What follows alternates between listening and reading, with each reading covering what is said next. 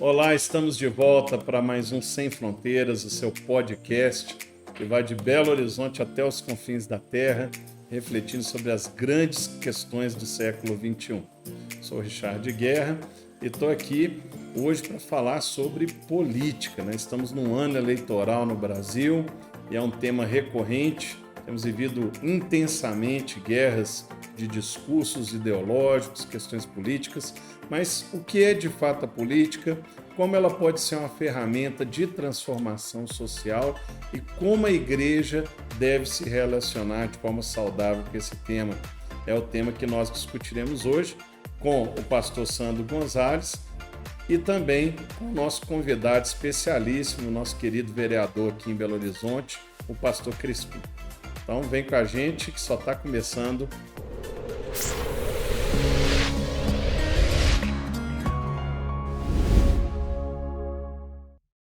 Estamos de volta com Sem Fronteiras. Hoje nós queremos falar um pouco sobre política.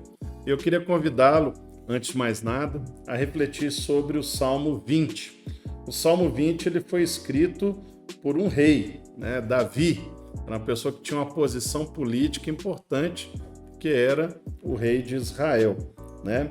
Claro que quando ele escreveu esse texto aqui, ele estava falando de um outro rei, mas vamos prestar atenção aqui. O Senhor te responda no dia da tribulação. O nome do Deus de Jacó te eleve em segurança. Do seu santuário te envie socorro e desde Sião te sustenta.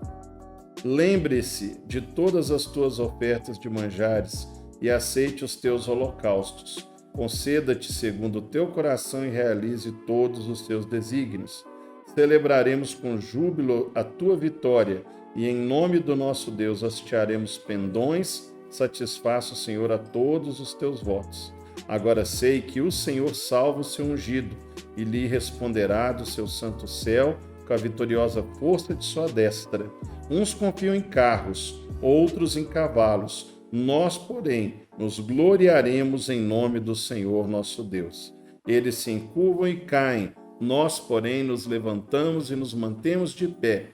Ó Senhor, dá vitória ao rei, responde-nos quando clamarmos. Então aqui é um rei pedindo ajuda para o rei dos reis. Claro que nós precisamos das lideranças, dos governantes, né? Deus estabeleceu o dom de governo, onde pessoas têm, né, aquela facilidade para o governo. Mas nós precisamos sempre lembrar que um governo só prospera, só é feliz, só dá certo se está debaixo de um outro governo, do governo do nosso Senhor Deus. Não é isso, Sandrinho? Exatamente. Eu acho que é importante ressaltar, Richard, que a política é a forma que nós temos para resolver conflitos e lidarmos uns com os outros. Mas muitas vezes as pessoas veem na política o Messias, como se a salvação e solução de todos os problemas... Você está fazendo alguma insinuação com o nome do presidente? Não. Tem Messias no nome dele. Não tô Deixa fazendo. claro, porque hoje nós estamos vendo um tempo estranho. Sim. Não estou. As pessoas veem na política uma solução para todos os problemas.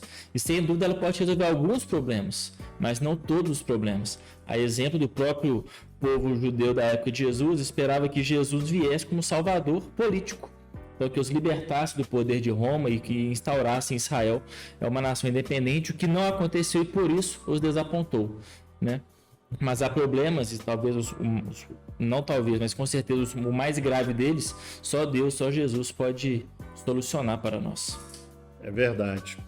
Pastor Crispim, para nós é uma alegria muito grande, né, que nós vamos falar com o pastor e vamos falar com o vereador, né? E aí eu até quero que você oriente a gente como que nós temos que referir ao senhor aqui na nossa conversa, mas eu também queria ouvir do senhor a respeito disso, né? O quão importante é lembrar que existe um governo espiritual além do governo natural. Com certeza. Para mim é um prazer estar aqui e para mim pode ser pastor. Inclusive hoje na Câmara Municipal a maioria dos pares lá me tratam como pastor, né? Pastor Crispim para lá, pastor Crispim para cá. E essa questão do governo espiritual, ela é importantíssima porque ela rege todas as coisas. Nós que cremos num Deus soberano, nós sabemos que Ele comanda tudo, inclusive a política, né? Então é importantíssimo a gente saber que existe alguém, um rei soberano como Davi confiava. Nós também hoje confiamos que esse é aquele que nos socorre, nos atende e está no controle de todas as coisas. Esses dias eu ouvi um colega podcaster falando que a saída para o Brasil não é nem a esquerda nem a direita. A única saída para o Brasil é o aeroporto de Confins, né? E eu até, de tanto ouvir essa frase, um dia repliquei para uma pessoa. E é uma pessoa que nem era evangélica e tal. E ele me repreendeu e falou assim, não, Brasil, a única saída do Brasil não pode ser o aeroporto, né? E ali Deus me puxou a orelha e falou assim, não, tem uma saída para o Brasil e a saída é Jesus. Mas Jesus, ele não desce assim e encarna de novo. Ele usa pessoas. Ele dá a vocação, ele orienta, ele nos guia. Então, nós podemos aqui afirmar com graça que precisamos do governo de Cristo, precisamos da ação de Cristo, mas ele usa pessoas, né? Ele coloca pessoas com dom de governo em lugares de governo. Como que tem sido essa experiência? É o primeiro mandato, né, pastor? Como que tem sido, né? Um ano só, né, de experiência. Tá muito desafiador, é muito diferente do que você imaginava. Você queria mudar o mundo, chegou lá e viu que é um pouco mais difícil. Como é que tem sido isso? Com certeza tem sido um desafio muito grande, mas não muito distante daquilo que a gente já imaginava, porque eu já estou envolvido na política tem um bom tempo, desde quando ainda era pastor de jovens, né? E isso que me inseriu propriamente na política, né? Vamos colocar assim, a política pública, que a política é o dia a dia, a gente na convivência, né, com os pares, na igreja, na sociedade, na comunidade onde estamos. Mas foi através do trabalho com jovens e algumas demandas que chegaram de alguns jovens que moravam em algumas situações que buscamos a política e a partir daí envolvemos e entramos diretamente. Mas tem sido um desafio muito grande porque pegamos, embora seja apenas um ano, um período muito difícil, pandemia, o mundo inteiro parou. Os governos pararam. Então, para até mesmo aqueles que têm vários mandatos lá, é um momento diferente. A Câmara está trabalhando de forma híbrida, presencial, teve momento que ia online, mas teve momento que parou tudo, né? Ficou só online. E também esse momento que nós estamos agora, nesse período chuvoso. Então, eu moro numa região, e assim como tem várias outras na nossa cidade, onde tem muita encosta, né? A nossa região não tem alagamento, mas a nossa cidade tem muito. E isso, aliado a um período de pandemia, tem trago um desafio muito grande, porque realmente a gente busca uma solução e aí descobre que nós não temos solução para tudo. Porque dependemos de outros poderes e, em alguns casos, de boa vontade dos mesmos. Pegando o gancho que você disse, Chart, tem uma frase que diz assim, eu não quero morar em um novo país, quero morar em um novo Brasil.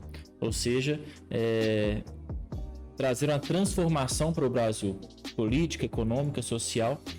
E acho que essa responsabilidade passa pela igreja também.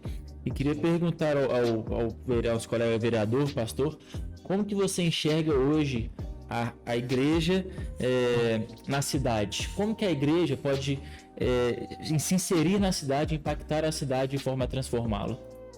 Olha, eu vejo que a igreja tem um papel fundamental, né? Devido a esse momento que o nosso país, já que você usou a expressão do Brasil, tem vivido, e acredito que em outros países não seja diferente, mas falando da nossa realidade, há um extremismo de ambas as partes, e muitas pessoas acham que a igreja tem que ficar alheia às questões políticas. Eu acho que não, a igreja tem que participar, a igreja também, não só na política, mas fazendo política, é algo que Tiago nos ensinou.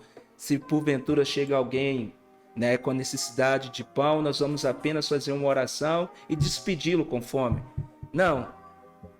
Ou seja, a gente vai providenciar, se assim pudermos, né, o pão também, ou encaminhar onde vai encontrar. Da mesma forma as políticas. Como eu disse, eu fui levado a participar da política por isso. Veio jovens, veio famílias, que na época que eu trabalhava diretamente com jovens, com necessidades.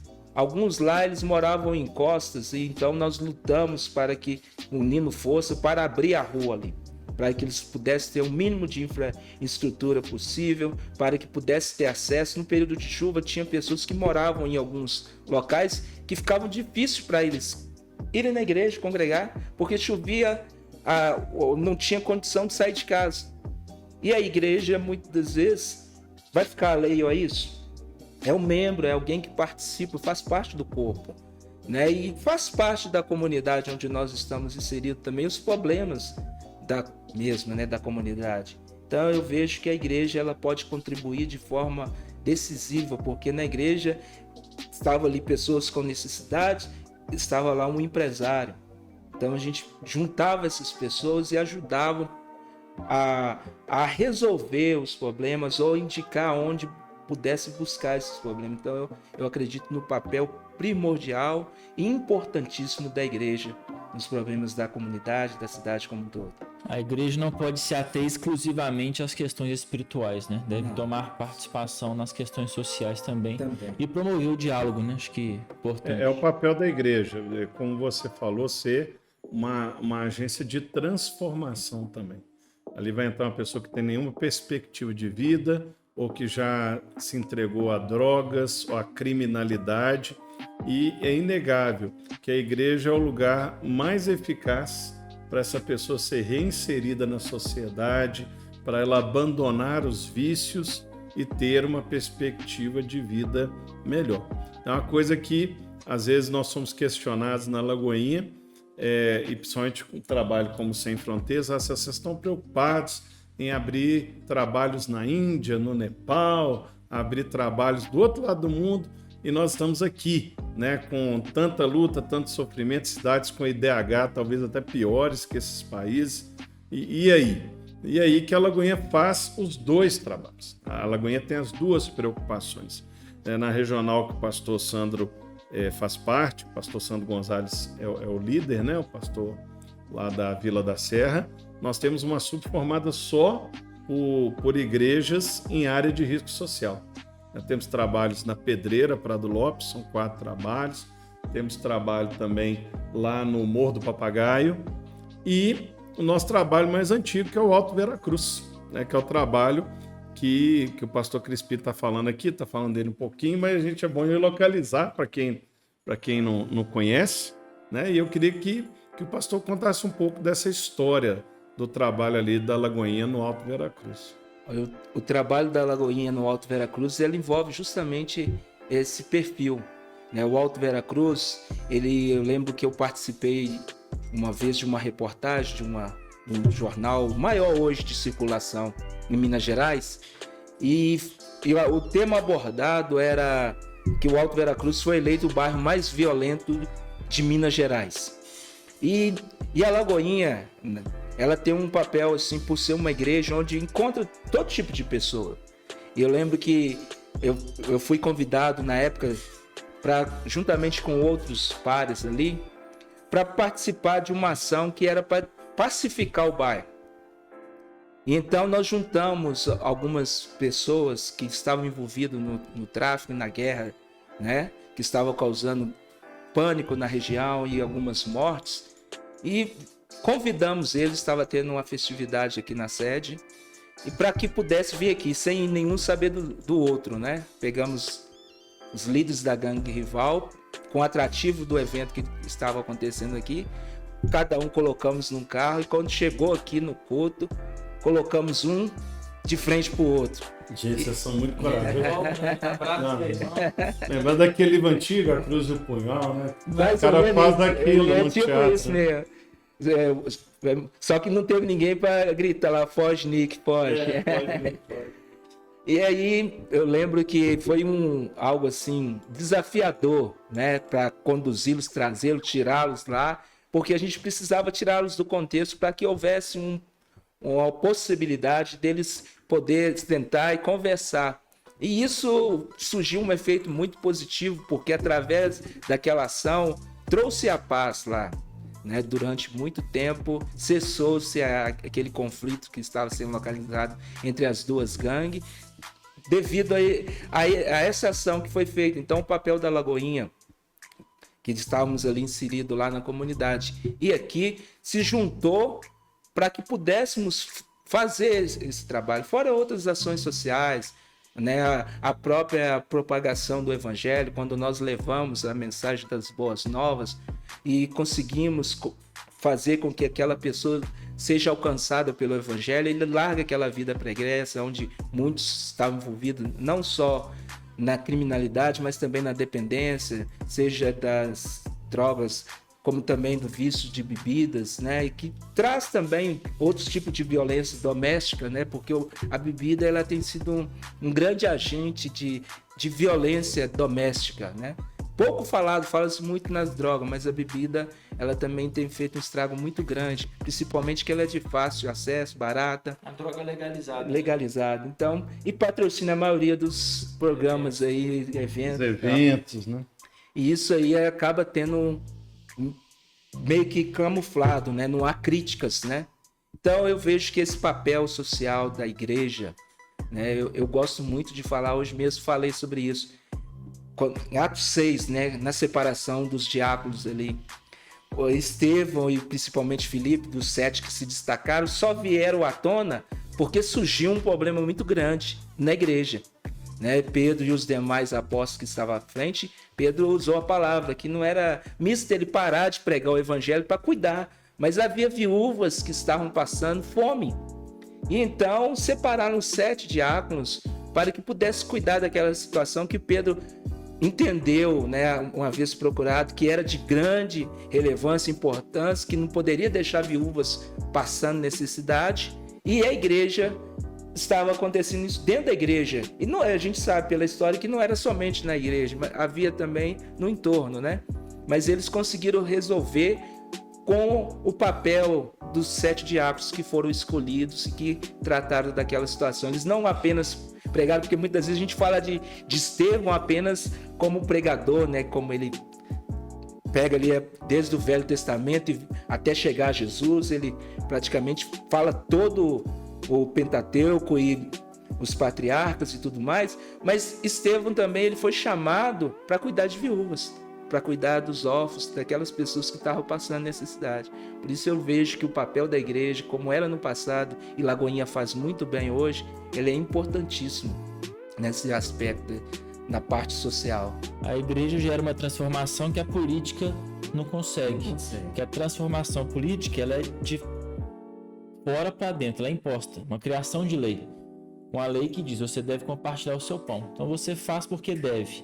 A igreja tentou promover princípios de mudança de dentro para fora. Então compartilho meu pão não porque alguém me manda, mas porque eu aprendi a generosidade.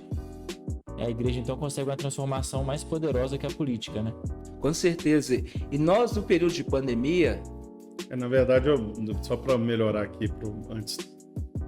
A igreja consegue promover a verdadeira mudança política. Verdade.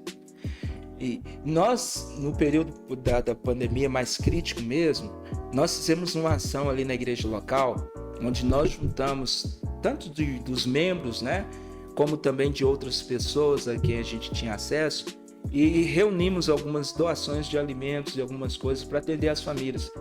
Por exemplo, na nossa cidade, a prefeitura doou algumas cestas. Mas a gente sentiu que havia algumas mães e algumas que chegaram até nós, que elas tinham necessidade, por exemplo, de frutas e de verduras, né?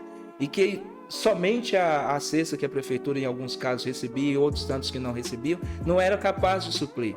Então juntamos ali a igreja e nós fizemos uma ação conjunta de levar o alimento espiritual e também vamos colocar o alimento físico. E fizemos juntamente com parceria com alguns sacolões que doaram também, fizemos mais de 300 cestas, né? Assim, unidas, voltada para frutas e legumes, fora as outras cestas que a gente doou de alimentos também, para mães. E o foco nosso foram mães que tinham crianças que não tinham alimento, porque as escolas fecharam. Aquela criança, na escola, ela tem uma fruta, ela tem uma alimentação diferenciada. Mas agora, com a escola fechada, ele não tinha. Ele só tinha o alimento ali que era doado pela cesta e aqueles pais que estavam desempregados não tinham praticamente nada, que a cesta durava até 15, 20 dias do mês. E aí nós fizemos essa ação, alcançamos, oramos por todos aqueles que foram ali. E é interessante, a gente perguntava, né, que não era uma obrigatoriedade, então a gente oferecia, né, a gente doava o alimento. E perguntava, podemos orar por vocês? Todos que foram ali aceitaram a oração, né, que pudéssemos estar ajudando espiritualmente também. E mais do que isso, vários deles relataram para outros que vieram exclusivamente para receber a oração, né? Não vieram nem pelo alimento em si. No meio do caminho falou, ali eles estão orando, porque era um momento assim onde as pessoas estavam reclusos, né? Estavam sem ter contato com o outro, tudo fechado, e a gente viu que estava também carente, né? De um aconchego, mesmo que não pudéssemos estar abraçando naquele momento, dando um afeto maior, mas o simples fato de estar ali orando por eles, intercedendo de forma um pouco mais longe e alcançando ali o coração, a mente, trazendo a paz e a tranquilidade que só a igreja consegue, através do evangelho, trazer. E nós estamos vivendo um momento político assim, bem intenso no Brasil. Sempre existiu a situação e a oposição, mas de uns anos para cá, né, não foi nesse governo, mas já vem sendo construído alguns governos, uma gradativa polarização do país. O país praticamente rachado ao meio, ideologicamente, politicamente. E o que nós percebemos nesse agravamento dos últimos anos é que muitas igrejas, denominações compraram essa pilha, né? Entraram nessa briga, né? de entrar na polarização, e até igrejas contra igrejas, igreja que apoia um lado ideológico, espectro ideológico contra outra, redes sociais, grandes líderes religiosos, né, usando um espaço que eles têm para espumar a boca, para xingar colega, para brigar e tal. E assim, nós da Igreja Batista Lagoinha, nós entendemos que a igreja ela tem que promover unidade, tem que promover o amor, a graça, né? E aí eu pergunto para vocês, né, para o Sandro e para o Crispim, assim, qual que deve ser a postura da igreja nesse momento de polarização? Nós não queremos ser uma igreja alienada, mas também não queremos um engajamento partidário que vai gerar sectarização dentro da igreja. Então, qual que é o caminho? Eu acredito, Richard, Crispim, já falei sobre isso antes, acho que o papel da igreja é promover a conversa, promover a reconciliação, né? Reconciliar as pessoas. Chamar o diálogo. Chamar o diálogo, promover o debate, usar o espaço dos templos para promover conversas sobre nesse sentido, porque eu vejo que as pessoas muitas vezes vêm conversar, mas elas não vêm dispostas a aprender. Elas vêm dispostas a colocar a opinião delas e elas não estão dispostas a estarem erradas. Ouvir uma posição contrária dessa, falar, poxa, realmente não tinha pensado nisso, realmente é um equívoco aqui, realmente eu estava errado. Isso não acontece. Acho que a igreja não tem que ensinar sobre humildade, ensinar que estamos todos em processo de melhora, e promover o debate, promover a conversa, promover o diálogo, trazer reconciliação entre as pessoas e não assumir um espectro, como você falou muito bem, assumir um espectro como sendo 100% verdadeiro, 100% imaculado, 100% santo, e de forma que o oposto, então, é 100% diabólico, 100% Eu fico até curioso aqui, antes do Crispim dele falar como é que ele faz dentro da igreja dele, né? Sendo ele pastor de Lagoinha, né? E sendo um vereador, qual que é a magia para dar certo isso?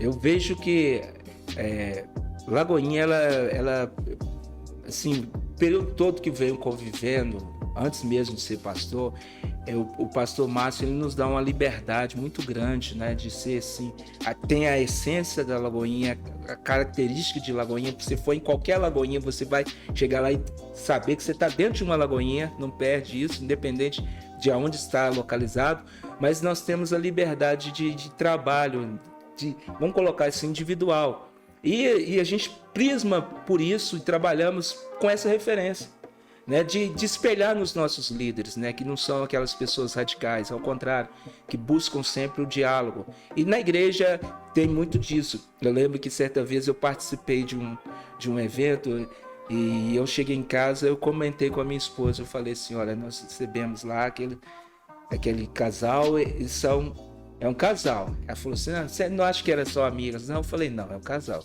E assim foi em algumas reuniões, a gente estava começando um trabalho novo lá, e e teve um dia que chamaram lá para conversar, e era.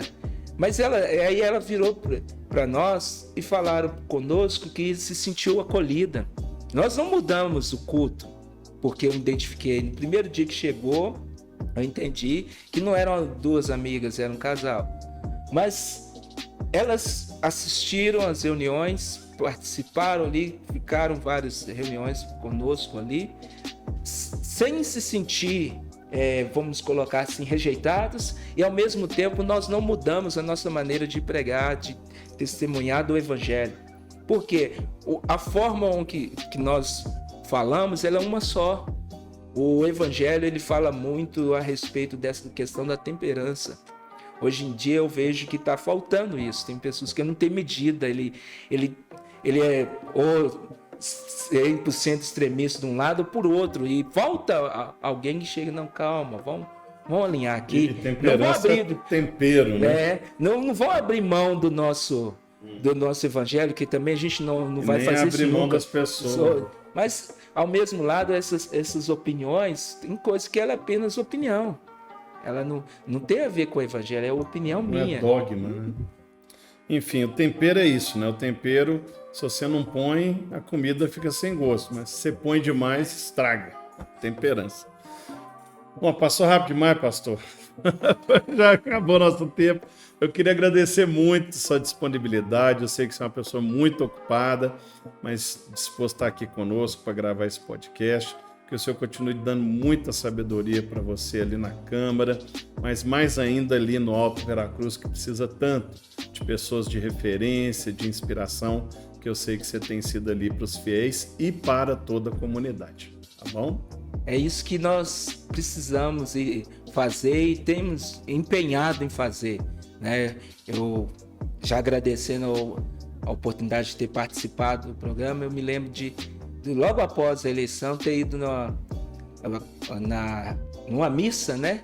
E ali participar da reunião ali.